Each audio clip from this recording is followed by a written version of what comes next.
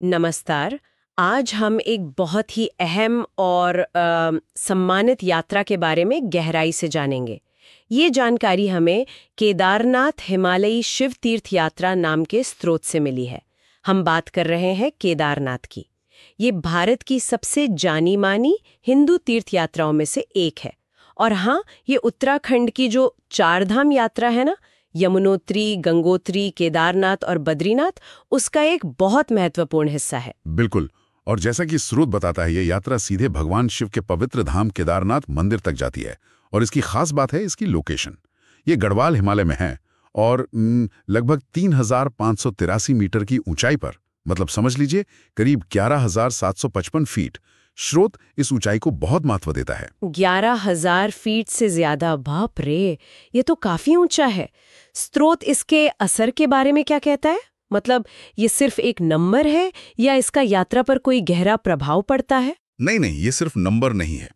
स्रोत साफ बताता है कि यही जो इतनी ऊंचाई है और वहां का सख्त मौसम, यही वो मुख्य कारण है कि मंदिर साल में सिर्फ 6 महीने खुल पाता है।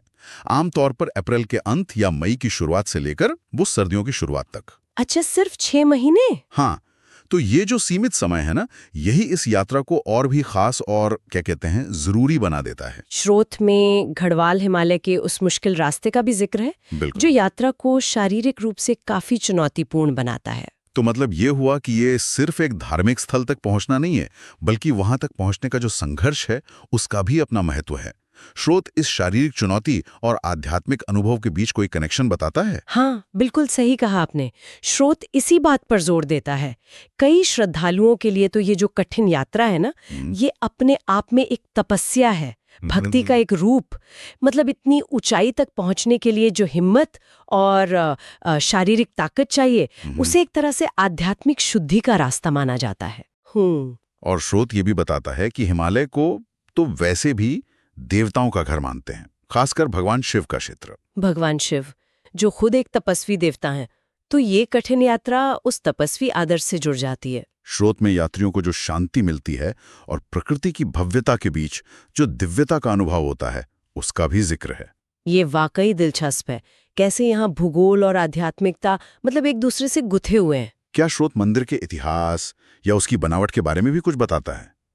ऐसी पुरानी जगहों से जुड़ी कहानियां तो होती हैं। हाँ बिल्कुल, स्रोत में वहाँ की जो स्थानीय कहानियां हैं उनका जिक्र है। जैसे एक कहानी मंदिर के बनने को महाभारत के पांडवों से जोड़ती है। कहते हैं कि कुरुक्षेत्र युद्ध के बाद भगवान शिव से माफी मांगने के लिए पांडवों ने इसे बनवाया था। अच्छा, पांडवों ने? हाँ। और स्रोत मंदिर की जो वास्तुकला है उस पर भी ध्यान खींचता है, खासतौर पर उसकी मजबूत पत्थर की बनावट। इसी बनावट ने मंदिर को सदियों से बचाया है। यहां तक कि 2013 में जो भयानक बाढ़ आई थी, उसमें भी मंदिर सुरक्षित रहा।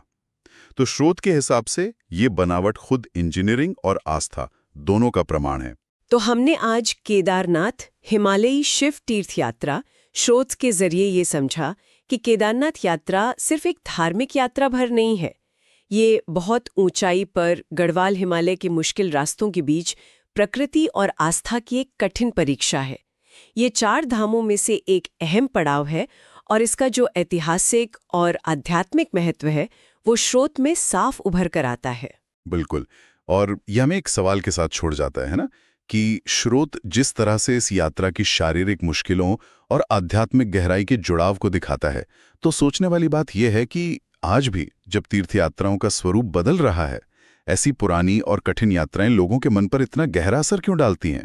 ये हमें आस्था, प्रकृति की ताकत और इंसान के धीरज के संगम पर सोचने को मजबूर करता है।